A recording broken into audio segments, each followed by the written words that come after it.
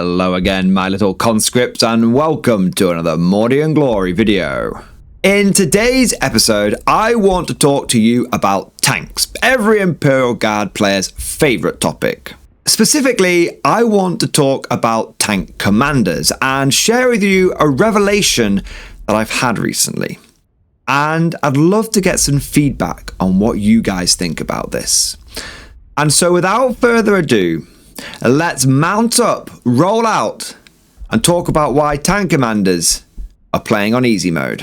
Attention conscripts, I am excited to announce the launch of the official second Mordian Glory channel.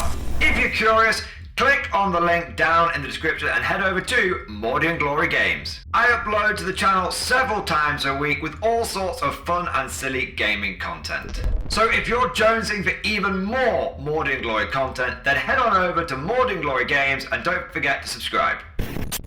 First things first, let's have a quick recap on what has changed and why tank commanders have become so good. In the recent balanced data slate, tank commanders went up to 225 points. A lot of people think that's a nerf, but they went up in points because they gained a huge amount of capability because they were given the squadron keyword. Squadron means that they can order themselves, meaning that tank commanders essentially are now hitting on a 3+ because you pretty much always default to the take aim order every time.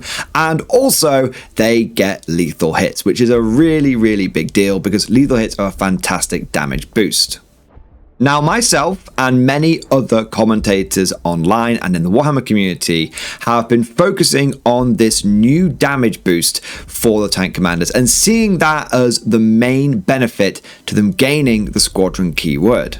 But after playing a few games with them, I have been very much enjoying the damage boost, but I believe that the damage boost is not the best thing about tank commanders getting squadron.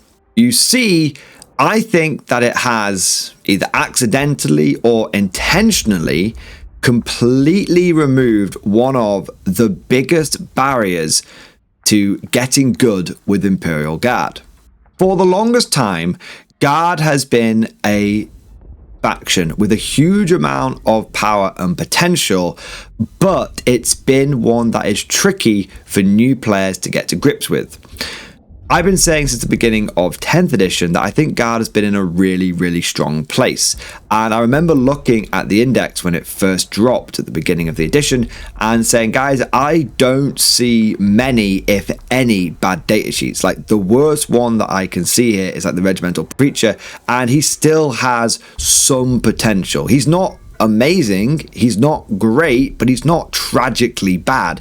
There's just other things you'd probably take instead of him. And against the one or two less than optimal data sheets that are in the index, there are dozens of really good and really viable and powerful options and units. But like I said, it wasn't the power of the data sheets that were the problem, it was Guard being tricky to pilot and handle because you had so many different moving parts. For example, you needed to, at the beginning of your command phase, work out which units were going to have which orders, and then you needed to manage those orders in the relevant phases. So if you've done move, you need to make sure that's going on a unit and then you're using that order in the movement phase. And if you've done like take aim, that's going to matter in the shooting phase. You've done like take cover, you're going to remember that going into your opponent's turn. And then even when you're just activating stuff in your turn, it's like, okay, well, I need to hit the enemy with the Hellhound first to remove the cover. Then I need to hit them with the Lemus Exterminator to give me the extra AP. Then I need to actually fire the unit that I put take aim on. Maybe it's like a battle tank. And finally, I'm getting myself up to some decent AP or some decent damage. There was all of this sequencing and all of these levers that you needed to pull in order to get the result that you wanted. And if you didn't pull the levers in the right order and you were an inexperienced player, maybe you went, well, I'll just fire my lever and rush first, suddenly it's not going to do any damage, and then the force multipliers from the other units haven't been applied, and you're just getting a lot less boom out of your army. And you can take exactly the same set of units and put them in the hands of an experienced player who does set things up right, and then they get a completely different result. Because of this knowledge and experience that is needed to sort of get the guard sequencing right to make the machine work the way you want it to work, I always used to say that guard is an army where you lose your first 10 games.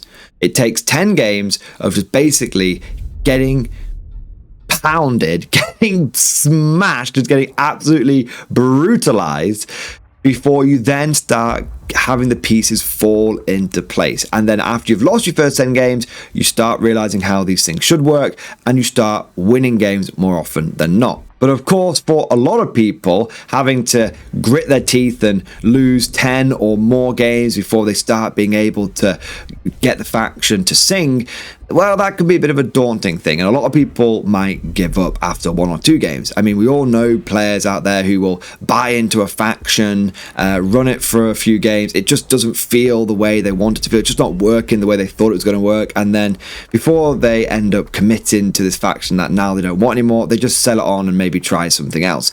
I know loads of Imperial Guard players who have done that. They've come from Space Marines. They've just bought an army secondhand. They've tried a few games and they've gone, I don't know why. I'm not feeling it's not working for me. And then they've just decided to go back to Space Marines or collect another faction entirely. But Mordian Glory, I hear you cry. What has any of this got to do with tank commanders? You've said all of this kind of stuff in videos before. What are you trying to say now? Well, dear hypothetical viewer, tank commanders completely simplify the army.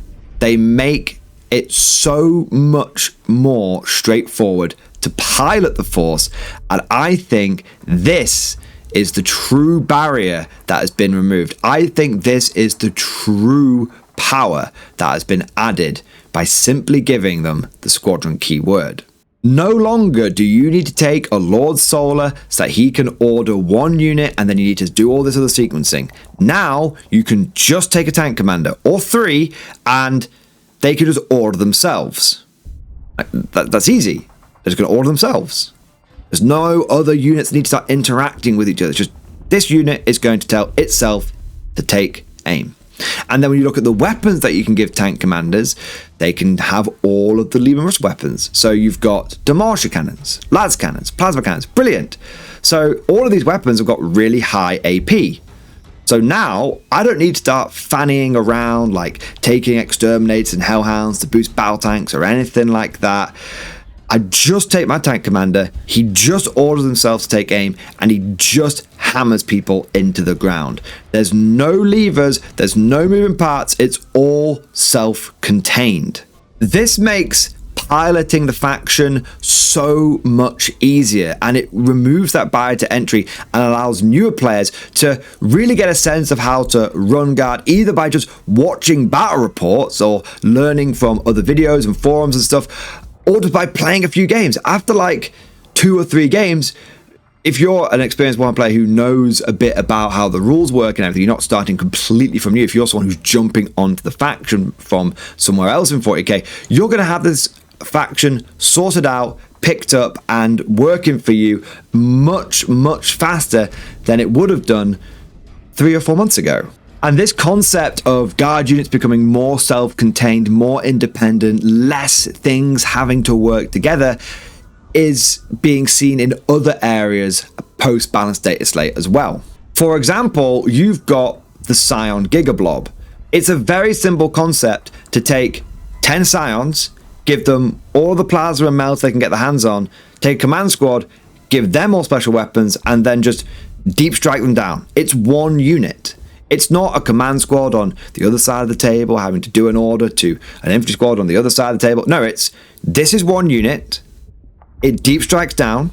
It tells itself first rank fire, or it tells itself take aim, and then it just blasts things. I'm not having to incorporate units and tactics from all around the battlefield. It's all just here. And because they're Scions, and because everyone's rocking plasma and melter, once again, we're not having to call upon other units to juice up or paint the target first. It's just the Scions drop down and the Scions kill things. And whilst we're talking about guard infantry, specifically sort of special forces, Aquilans are in the same camp. Aquilans, with their 3-inch deep strike, are really simple to pilot. I need to achieve secondaries. I'm going to deep strike down almost anywhere that I want and achieve secondaries. Previously, this would have been a lot harder because I would have had to deep strike down with like a 5-man Scion unit that probably could have been screened out because of them having to stay 9 inches away. So I'd maybe have to set it up where over the first turn or two, I try and blow holes in my opponent's army, create gaps where they can't screen me out, and then maybe I'll have a chance to bring the Scions in. No. Now, I take my Aquilans, I deep strike them down where I want, and I do the secondaries that I want. The unit is entirely self-contained and really doesn't require any help from other units or outside sources. Now, don't get me wrong, I'm not saying that suddenly every guard unit is self-contained and every guard unit can do absolutely everything without support from other units, other factors. No, there still is always an element of combined arms. For example, your line infantry, if you're taking like chimeras with catachans inside, they're good for doing primary, but they're not going to be great at doing sort of damage dealing. So you're still going to need to have different units with different jobs in your army. What I'm saying is those units can now do their job on their own without help of other units. With all of this said, I want to take things a step further because I have a conspiracy theory on why Games Workshop is doing this. I believe it's because it makes it easier for Games Workshop to balance the faction. In the past, it's always been a bit of a tricky one for GW to try and balance guard, because if you balance around the more competitive side of things with players that are able to get their reps in and really make the faction work for them, and you go and nuke something and you go and nerf it, well then 90% of the player base who are more casual are like, well, why have you gone and done that, GW? Like, I've not been winning any games in my guard, I've been really struggling, and now you've come and nerfed us. And that always used to happen. Whenever GW nerfed guard, there was always a lot of people that essentially were collateral damage that got caught in the crossfire. By making units more individual, by making things more self-contained, it means that GW can more accurately target nerfs and buffs. They can see units which stand on their own 2 feet and go, that's too powerful, that needs a nerf. They can see a unit that's standing on its own 2 feet but isn't very good and go, that needs a little bit of a boost, we'll give it a points decrease. They can do this, and because there's not all of these interconnected threads where units are relying upon other units to work together and all this kind of stuff, it means that there's less of this rippling out across the faction, and hopefully there's less of this collateral damage. Well, at least that's what I think. But of course, all of this is just like my opinion, man. Let me know what you think down in the comment section below. Is guard getting easier to pilot? Is this an intentional move by Games Workshop, or is it an unintended consequence of finally giving guard players squadron on tank commanders like we've been asking for ages? If you enjoyed today's video, don't forget to go ahead and smash that like button. It really does help with the YouTube algorithm, and also subscribe to never miss an episode.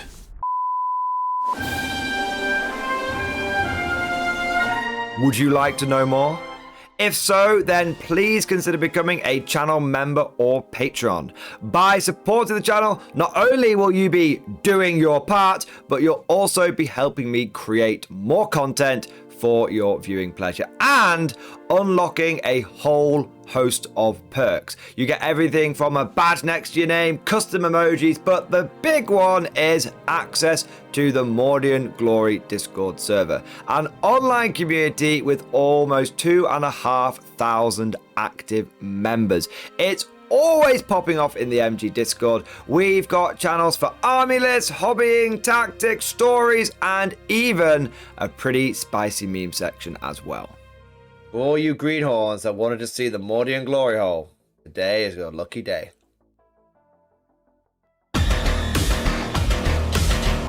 And joking aside, I do want to say a massive thank you to all of the current channel members and patrons. You guys are amazing, truly the lifeblood of the channel. I could not do Mordian Glory full-time without the incredible and generous support of my members, so thank you guys so much. And last but certainly not least, I want to say a personal thank you to all of my top tier Patreons. These are the War Masters, the people who have truly gone above and beyond the call of duty. So a heartfelt thank you to Alex Dengal, Bon Vert, Lord Pryor, Mark Panconi, RJ Scorpion, Swordfish Trombone, Try Again Bragg, John Stubbs, Nick Walsh, Diesel Fox, and August Barney. Seriously guys, thank you from the bottom of my heart. Your support is incredible and it makes a huge difference. Thank you so much. That's all for now. Hope you've all enjoyed today's video, and of course, as always, see you guys next time.